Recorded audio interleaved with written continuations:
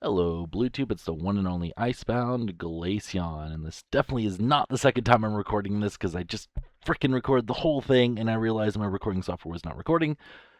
Okay, so this is going to be a video showcasing not only thruster power, engine power, electric engine power, fuel-free efficiency vehicles, their torque levels, their fuel efficiency for all of them, their max speeds. It's just a lot of information. So let's start with fuel efficiency and max speeds of gas engines, electric engines, and thrusters. I guess I'll show you the methodology I used first. So Keenander and Ben Bingo made a what's it called? A dyno, and this dyno lets you not only test RPM, Newton meters, but also horsepower. So you can test all three, and all you do is just hook it up to this. You download the mod, you spawn in the creation, and it does everything for you. It shows a nice little graph on the right hand side. I also, for fuel efficiency, I tested, putting a little bit of resistance on a bearing with an unpowered gasoline engine and hooked up, the thruster, the gas engine, and electric engine, all with the same resistance, all with the same amount of fuel. And here are the numbers once I click the button. There we go. Okay, so first things first, electric engines always have 1,000 torque. Their RPM is it's a nice little RPM scale. So you add the previous level to the current level and you get the next level speed, which is kind of interesting. So the first tick's going to be 5, second tick's going to be 10, third tick's going to be 15 because 10 plus 5 is 15. And then you have 10 plus 15, which is 25. Then you have 15 plus 25 is 40. So it's a nice little curve there that they did some nice little bit of math. So you can always find that if you want to know how fast the next tick will be, it's literally just going to be your current speed plus your previous speed, and you get your next speed. So it's really easy to figure out that way. 1,000 torque is a little underwhelming, to be honest. Like my little 2-cylinder piston engine over here, which we'll use for the fuel-free demonstration, has I gotta freaking get rid of that. Has 1,200 torque. Like this already has more torque, and it has very similar levels of speed. Like 2 pins from the top on an electric engine has basically the same amount of speed as this, except for this uses no fuel and has more torque. So yeah, that's a thing. 2 single pistons is already outpowering this. Even this one out torques it as well because this also has 1,200 torque and 380 speed. So it's again they're both very equivalent in nature for that. So let's go to gas engines now. So gas engines, the torque also scales a little bit differently. It's not a linear scale. It's very curvish on that graph there. It would be, I think it's 50% per level, somewhere around there. I think it just always increases by 50% for the max torque, but the RPM is always 707, which is really cool. You're basically just increasing the amount of torque on a gas engine, you're not increasing the speed, while in an electric engine, you're increasing the speed instead of the torque, since the torque is fixed. Electric engines, they have a strafe mode and also speed up mode whenever you hold shift. Same with gas engines, they have you hold shift, you can speed up. It essentially increases by 1 extra level, like the extra level on the pin here. So it increases by about 50%. And then we can go to controllers. Their max torque is 4,000, which is 4 times more than an electric engine. And the RPM is very weird on the scale. You'd expect it to be linear, but it always increases by like, I don't know, a weird amount. I can't even figure out the math behind it either, because the max speed is 5 times faster than the lowest speed, but the second highest speed is like 3 and a bit times. I think it's 3.33 times higher than the lowest speed. So it's just I don't know. And then the second lowest speed is barely even faster than the first one. It's only increased by like 10%. So I wish it was linear. I really do, but even if you stack controller bearings, it's just a very weird amount of RPM you'd be getting. It's kind of hard to get them to go equal, but at least you have the numbers here, which is kind of nice. As for the fuel efficiency, I'm really happy with how they did fuel efficiency, where it literally increases by 50%. Because when you look at the settings for, increasing the level, it says efficiency plus 50%. And you think, okay, maybe something around there, but it wouldn't be quite exact because, scrap physics and all that stuff. But it is literally 50%, which is really amazing. And the gas engine and electric engine, by default, for all their levels, have the exact same efficiency for the exact same amount of resistance at the not the same speed levels because gas engine the speed is 707 or not speed the RPM is 707 while the or the electric engine changes based off of how high you have the pin, so it's of course, it's not going to be identical, but the length of time that the gasoline and batteries lasted was identical, which is, again, freaking amazing. And then you have thrusters, which is just 10 times lower on every metric.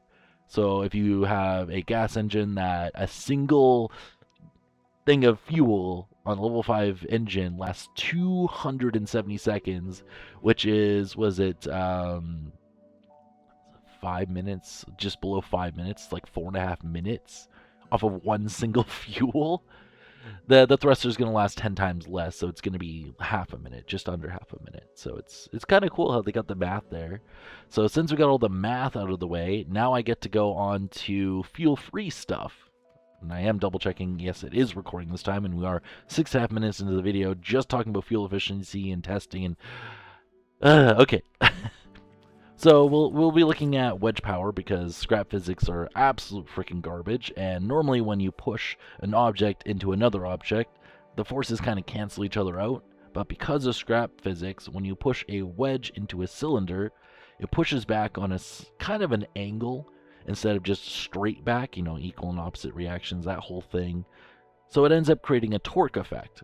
And when you stack up that torque effect by having multiple, it really adds up. And I'll just show you guys by example by getting in the vehicle and turning it on.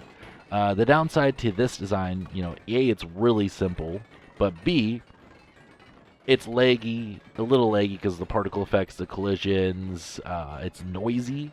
Like if I get closer to the vehicle here, it's obnoxious. And also to go backwards, you have to stack up the amount of pistons you have and go in the opposite direction. And yet another downside is pistons. Unlike all the other ones, where I guess it's similar to gas engines in that way, where the higher the level, actually no, it's different than gas engines. To get more pushing force out of a piston, you have to increase the level. That is the only way to get more pushing force. The speed is just how fast the piston extends, the range is how far it extends, and the level determines how much force you get out of the piston. Where creative pistons give you less force than a level 5 survival mode piston, a level 5 survival mode piston is going to have much more pushing force than a level 1 piston. So unfortunately, they all have to be level 5, which means 10 component kits per upgrade level, or not upgrade level, per piston, plus the crafting cost. It adds up way too quickly, but if you guys want to use it, you can just use 2 per. You will get, 600 torque per tire instead of the 1200. So you're still doing really freaking good that way. Like you're still getting like, level 3 gas engine vibes from that, but it's half the speed. So it's fuel free, still does pretty well. But if you want that extra bit of torque, you have to make them higher level, and you have to use 4 of them. But you can use just 2 in a lower level, and that will do just fine. As for building it, we will grab a piston, we will grab a wedge, and a pipe. Okay, and we already have a buildable block that we will drag inside. And I had a guy comment in the last video that I was going a little fast, so I am slowing it down just a little here for you guys. But yeah, it's not too bad. You always want to use a range of 4. For a level 1 piston, a range of 2 is fine, but range of 4 gives you that 10% extra. But once you get to the higher speeds, like a speed of 5 with the max upgrade, the range of 4 is like ideal for this kind of setup here. If you're using a bigger wheel, you might have to tinker with other settings, but I find 4 is usually the best. And then you just place the wedge on top, and you try to weld it to a wheel. And I already got the pipe piece on there. Like I could just, it's just a regular pipe piece. And then you hook it up to your switch. And it spins. Woo! Yeah, you got a bunch of spin. And yeah, it's not very fast. So to get the extra speed, you unfortunately need to upgrade it. Put this on 5. And there you go. Now you got a lot more spin, but then you got the noise, the collisions. But yeah, it's not too bad. As I said, you only really need 2. Another downside, there's so many downsides to this one. Jeez, it can't stop. So you would have to literally have the wedges, going in the opposite direction and pushing the opposite way to be able to stop. Because then you'd have to go in reverse to stop. You can't just stop. So that's why I had to, force my lift into there to force enough collisions or friction in there to force it to stop. So that's that engine. But yeah, it's just a lot of freaking pistons, man. But yeah, now we have, it's more glitchy, much more like you can make this early game, like super, super early game. This is literally just forcing a suspension to spin into itself. Use a level 3 controller just to give it a little bit of spin, and yeah, it's super, super simple. And you just hold forward, it'll spool it up, and I can let go forward, and it just goes. And the other one was 380 RPM with 1200 torque when you have 4 of them. If you have 1 of them, obviously you get 4 times less. This one with a single piece of suspension that's level 1 with a level 3 controller to do all 4. Again, you could do a level 1 controller to do 1 wheel. So it's super cheap, super early game. Also doesn't require you to do any quest to unlock pistons because it's just a suspension. And you start with suspension unlocked. And you also get a level 1 controller in your first Grow Lab. I know it's a little bit of a spoiler, but yeah. This one gives you same torque, so still 1200. And it's 270 speed, so you lose like 30% speed. But if you hook it up into a controller on loop, if it will let me here. Oh, maybe it over torqued. I was going to showcase that I could also go in reverse, but let me just, yeah, that's the main downside to this one, is if it over torques, it can't stop. So you have to kind of lower the setting there, but as you can see here, I can go in reverse as well. Once you start going and they spool up, yeah, and sometimes the reverse when they over torque, it is what it is. That's the major downside to this one, aside from how cheap it is. There is a really cool upside though. If I put these to max level, suspension level 5, and I max them out to the top pin, you can trade your torque. So you get half the torque. So instead of 1200, you get 600. And instead of 270 RPM, you can go up to 2600 RPM. So you times the top speed by almost 10 while trading half your torque. So that's insane. The downside to that one is it over torques a lot easier, so sometimes it'll just get stuck on, which is a little unfortunate. But if you need that speed, there you go. And if you have it on a bigger tire, then even better. But if you're noticing it's over torquing, or you're using simple physics instead of advanced, or what's the other one we got here? Smart physics, which I can't freaking stand smart physics. If you're using smart physics, you will have to lower this to 1 pin lower, so you have to do 105 degrees instead of 120. But I will show you guys how to build it right now because it's why not? It's really simple. So we got a few items we'll need. You'll need a suspension level 1. You'll need a controller, a draggable block. You'll need a pipe piece, and you'll need a screw. A lot of these you can find early on the game, like you have a pipe piece you can find literally at the first shack on the starting tile. You have the screw, which you can find in any ruined building or on the starting tile as well. And then suspension, which you can get by just crafting one. It's a little bit of oil and some metal. It's really, really cheap. So then you place down your draggable block, you place down your suspension, drag a block inside of it. Again, I'm going a little slow just to showcase it because the one guy, I swear, I also need a bearing here. Jeez. Alright, and then you can place down your T-pipe inside. Place down a couple Yeah, a couple bearings. And we're going to place a controller on the opposite side just for now. We're going to lock that bottom one, just because as soon as we take this off a lift, it's going to want to spin. But now that it's locked, it's going to be fine. And now we could just weld it to a wheel, and we can add a controller, put this to, whatever level you want. I'm just going to put it on max because I feel like it. And we're going to lock that.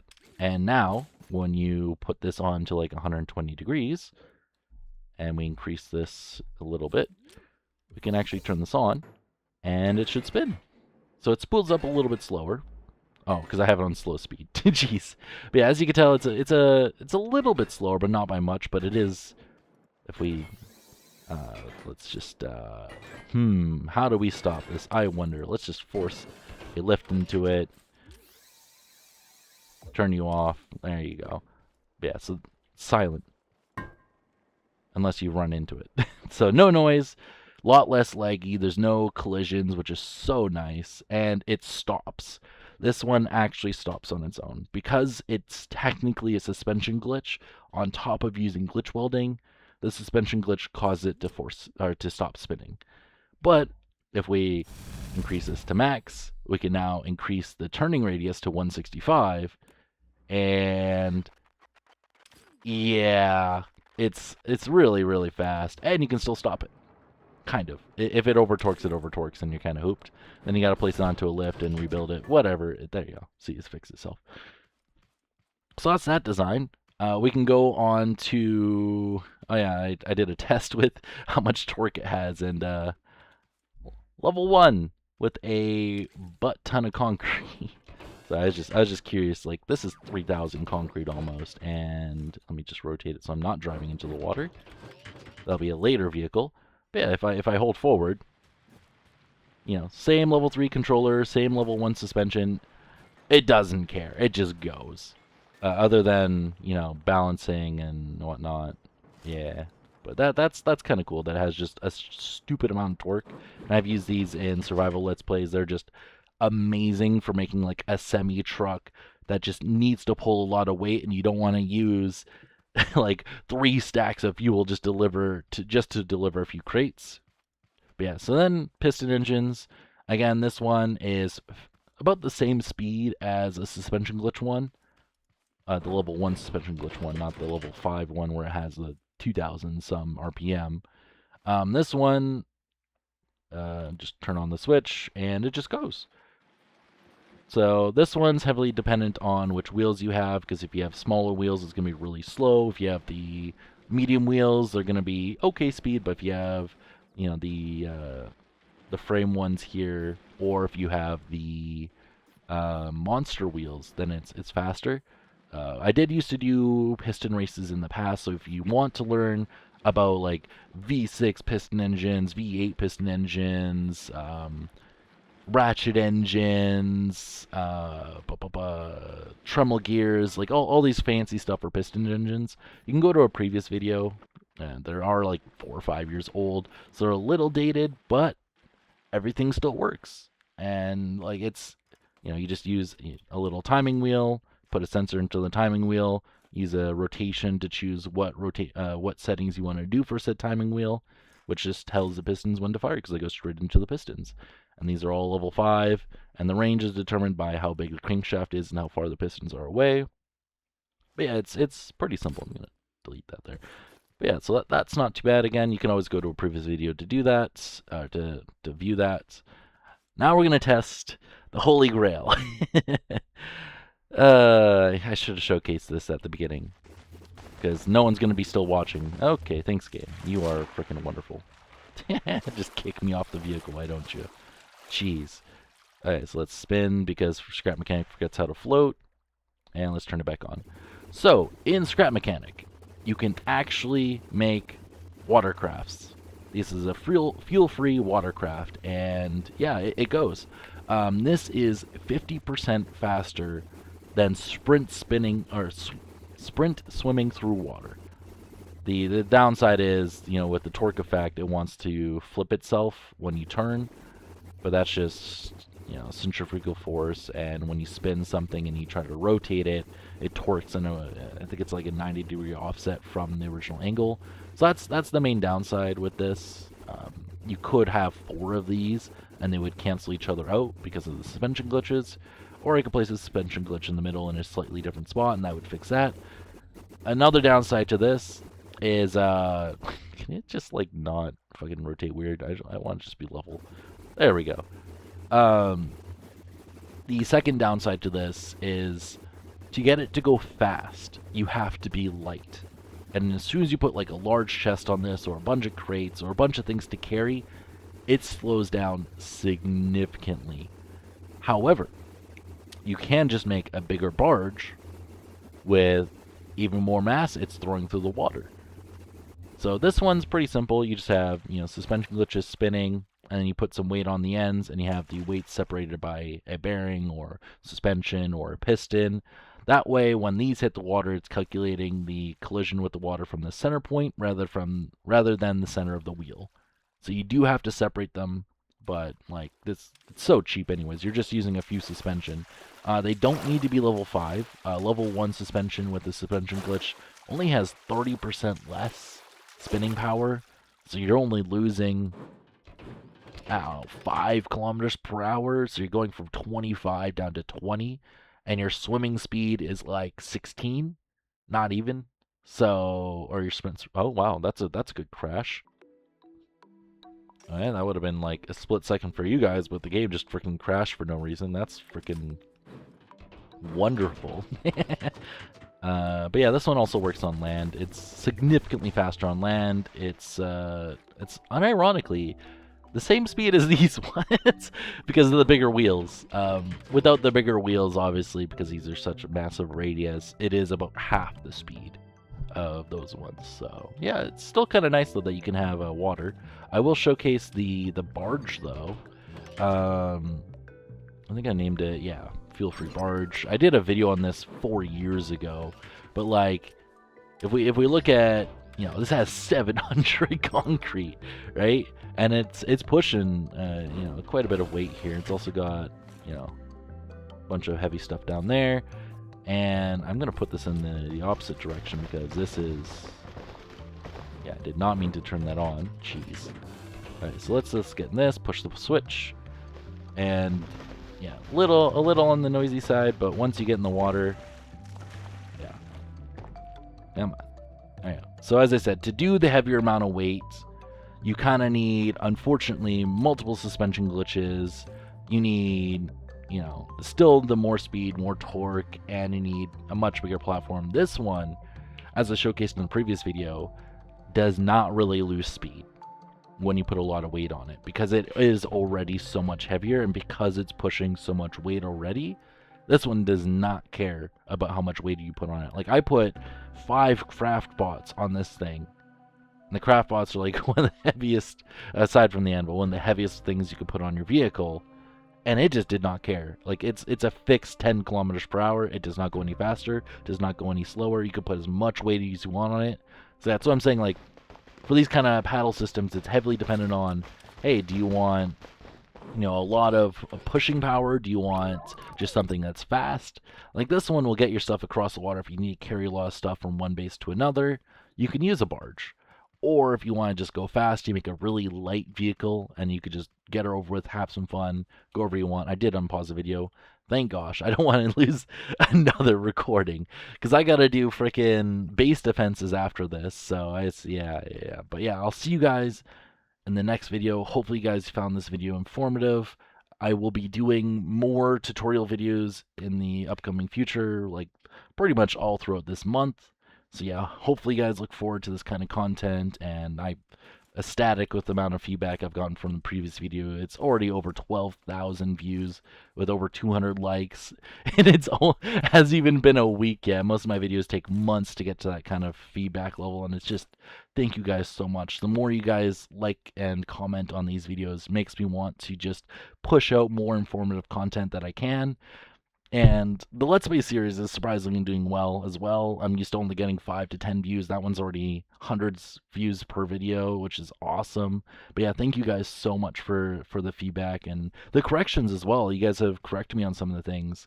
I have pinned some of the corrections in the comments, and I also put in the descriptions. So, but yeah, thank you guys so much. I'll see you guys in the next video. Bye.